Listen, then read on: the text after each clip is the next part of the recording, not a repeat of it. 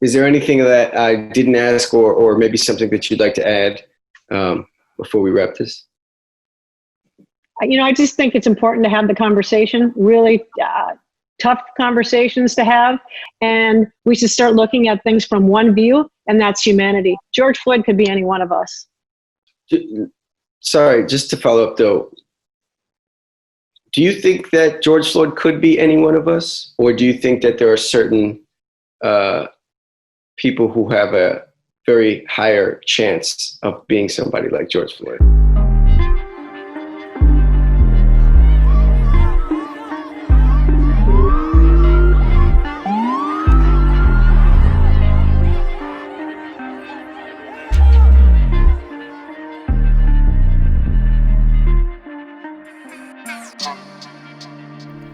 Police accountability.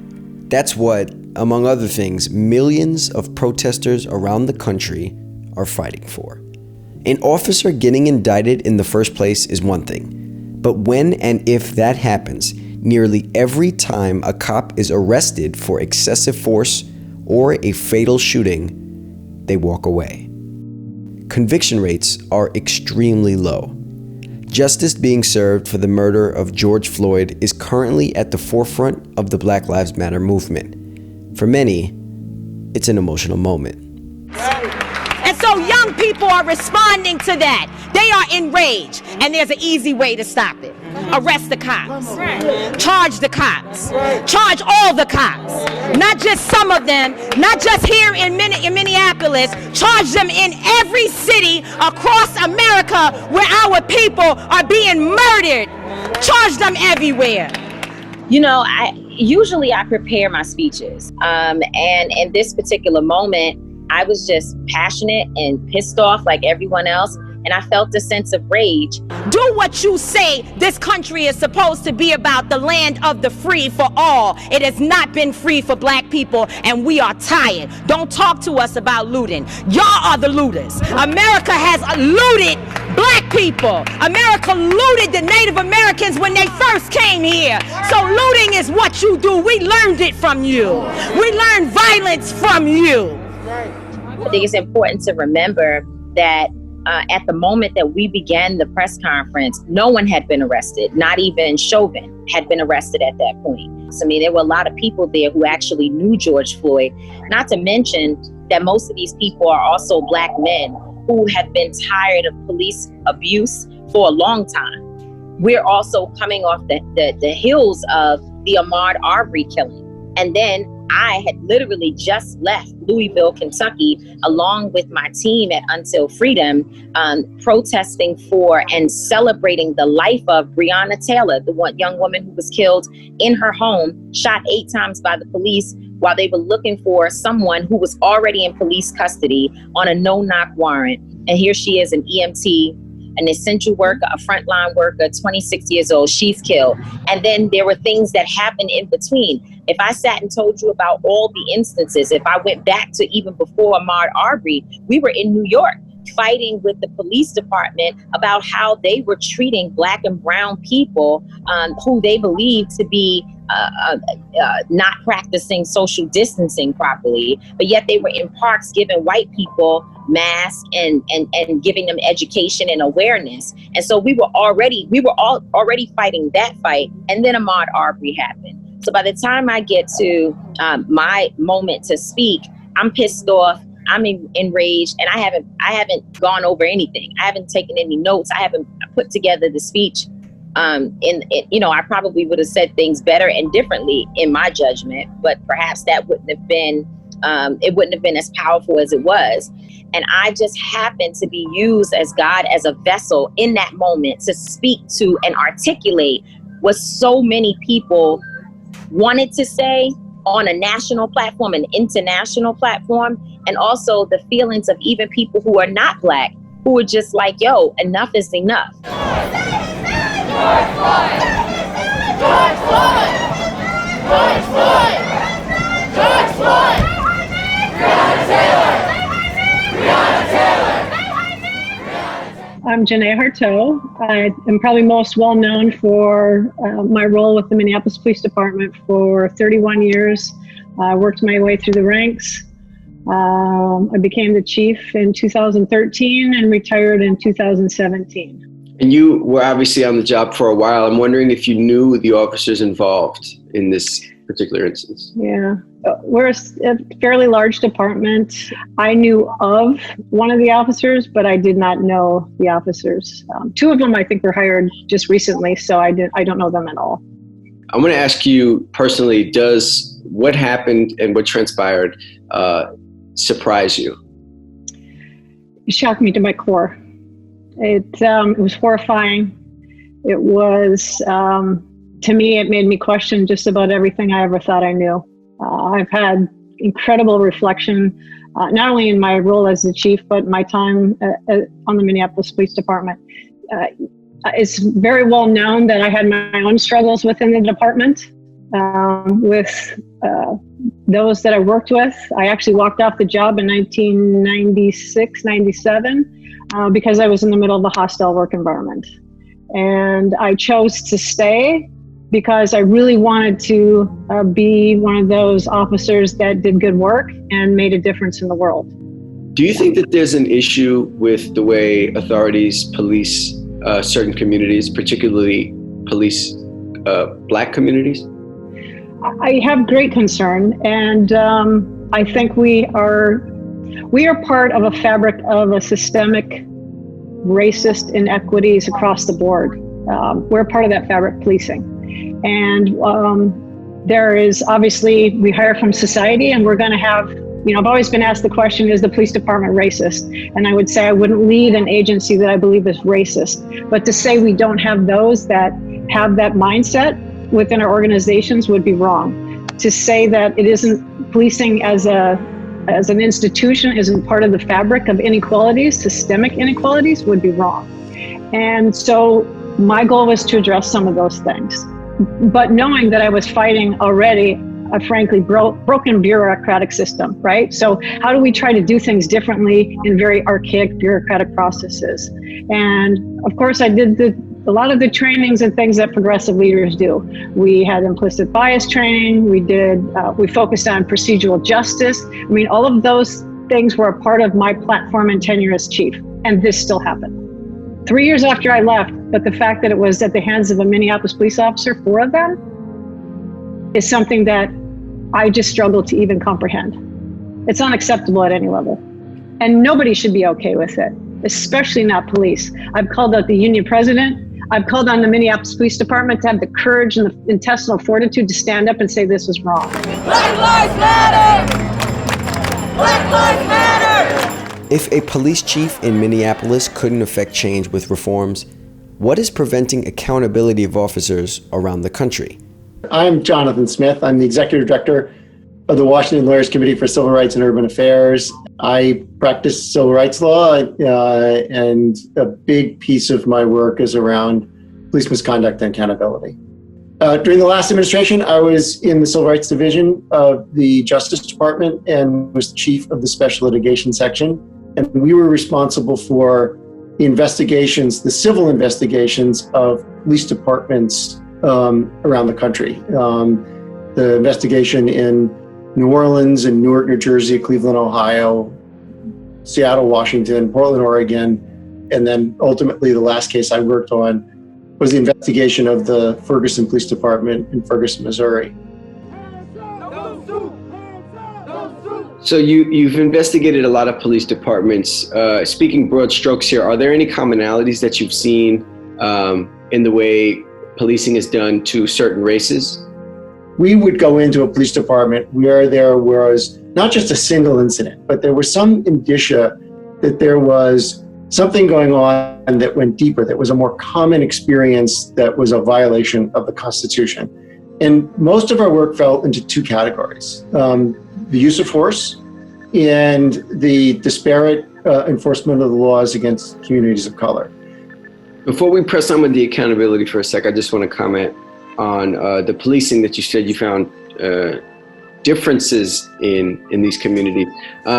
Just to debunk some myths, did you find any statistics that show a disparity in the crimes or the crime rates being committed by racial groups? Maybe, a combative argument to say, well, maybe black and brown people are committing more crimes and that's why they're being policed in the way that they are. Sure. No, actually, it's quite the contrary. All of the data out there suggests that, with the exception of a few highly racialized crimes like crack cocaine versus powder cocaine, that you see very similar patterns of criminal conduct between white communities and communities of color, and whether you're arrested or not, and whether you're charged with crime or not, has more to do with the color of your skin than anything else. There's some very good data where people have looked at, African American arrests in African American communities and African American arrests in white communities.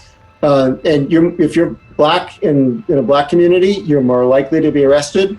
If you're black in a white community, you're more likely to be arrested. It just doesn't matter, and it doesn't have anything to do with crime behavior. Okay, so can you kind of speak to us now then about the last thing that you mentioned, which was the lack of accountability? And I think accountability is where most people who are protesting today, where their anger is derived from. Can you just kind of speak to that lack of accountability that you've seen during your investigations? Sure. There's individual officer accountability. And you see that the system of individual accountability in many jurisdictions is deeply broken because it does not identify officers who engage in misconduct, properly investigate that misconduct, and then appropriately issue a sanction, whether that's a discipline sanction or sanction to correct the officer's behavior. And when in a department where you don't have individual accountability and you have a culture of a lack of accountability, you see things like what happened in Minneapolis, where officers stood by and watched while another officer committed this horrible act. A very serious problem was the lack of accountability. Departments did not identify when discrimination was taking place. They didn't look at their own data to understand their own behavior. They didn't use that data both to correct the behavior of the department or to correct the behavior of individual officers, that those accountability systems were just completely broken. Many people say that, just to play devil's advocate on your statement, a lot of people say that we can't hold police at large accountable for things. And in fact, it's just, a few bad apples. I'm sure you've heard that expression quite a bit. 1,000 times. What are your thoughts on that? And are maybe there any statistics that show one side of the argument versus the other? Sure. Well, it's not a bad apples problem. Certainly there are people who do bad things in police departments, just like there is in any other profession. And we need to deal with that. And you need to deal with the officers who engage in extreme misconduct. But the problem is actually in the structure of police departments and in the culture of police departments. After Michael Brown died, I had the honor to be, participate in the investigation of the Ferguson Police Department. And when you went to Ferguson, and this is true in Ferguson was not unique. It was what happened at Ferguson was unique, but sort of the common themes were no different than anywhere you went. People were very upset about Michael Brown's death. But Michael Brown's death happened against a backdrop of people who were harassed and abused by police on a daily basis. They were seen as a ATM for the city, and every time they stepped out the door, they were at jeopardy for getting a ticket that was going to cost them money and was going to harm their lives. So every time they got in their car, they were under threat of being pulled over. And it was that daily threat, that daily sense of oppression that people were responding to as much as they were responding to the death of Michael Brown. And that's not just in Ferguson, that's in communities all across the country. And that's not a bad apple problem. That's an every cop problem.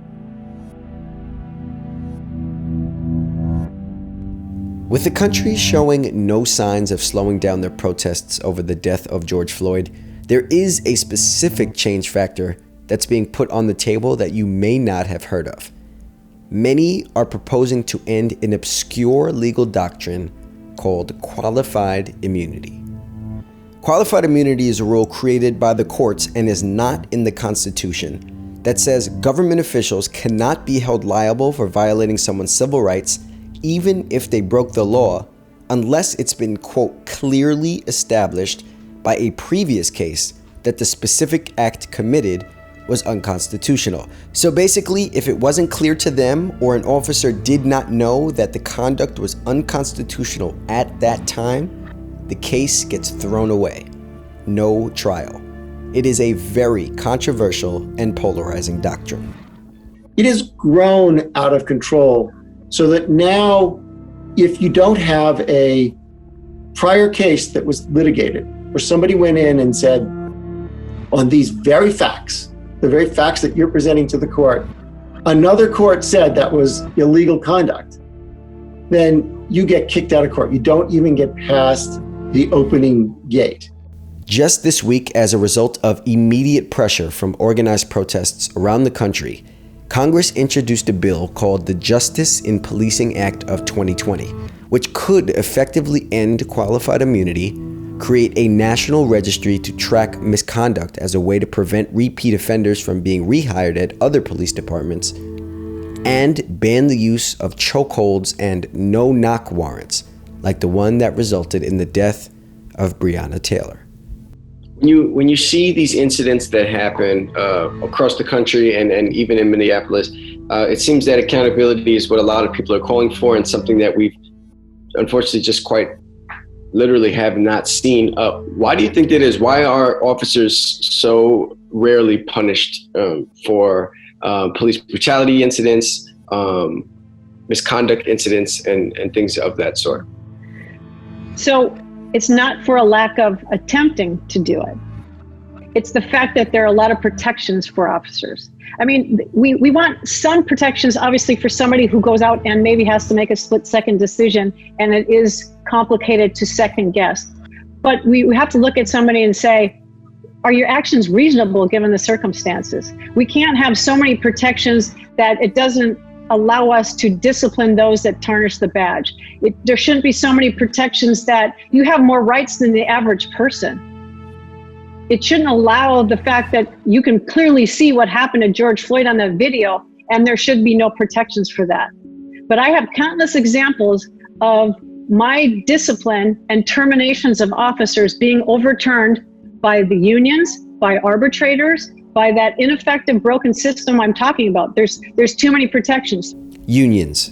The other major sticking point in holding police departments accountable are police labor organizations who hold incredible power around the country. This isn't stained by someone in Minneapolis. It's still got a shine on it. And so do theirs. So do theirs. Stop treating us like animals and thugs, and start treating us with some respect. So I would fire somebody for egregious behavior, usually excessive force. They would grieve it, and then the arbitrator would make a determination. And they would usually do kind of a 50-50. Chief fired him. The union wants everything to just go away, so we'll just do something in the middle. We'll give them 40 hours off without pay. That's not effective. Now you just took away my power. So what people see is the final outcome of no discipline, but what they don't see are the struggles myself and others have had to try to change that. And those are the real conversations, and I think we're starting to highlight some of those struggles. You've called for Bob Kroll to resign. Can you tell us who he is and why you made that call? Yeah. Bob Kroll is the president of the Minneapolis Police Federation, the union. I think he tarnishes the badge. The fact that he couldn't come out and denounce the actions of the officers, when you look across the world, you've got police chiefs and officers kneeling and finally saying, enough is enough, this isn't who we are, those that serve honorably. And Bob Kroll, the first thing he says are racist remarks, excuses for behavior, and talking about a lack of resources and saying that the cops are in essence victims here. The cops are not victims here. And until you can stand up and say, we were wrong, you can't ask people to support you when you're right and you're doing the work that needs to be done. As far as I'm concerned, he tarnishes the badge, and you can't have change until at a minimum he's gone. What do you say to those who maybe think that protesting peacefully and or violent, just protests in general that doesn't do much for a cause? I would ask them where they've been. If you've been under a rock, you believe that. Because if you pay attention to what's been happening over the last few weeks, we've been able to get a lot of things done based upon protesting. From Ahmaud Arbery and the McMichaels being arrested. Remember, Ahmaud Arbery's murder happened 2 months before the protests began and then the arrest.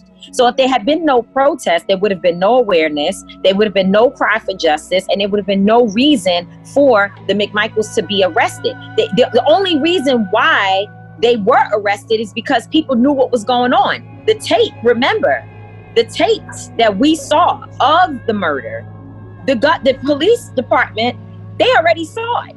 So they already knew it was there, and they hadn't done anything. They were moved to do something as a result of the cries for justice and the protest that was happening on the street. The same thing with Breonna Taylor. The police chief, you think he was, this happened 2 months, this happened March 13th.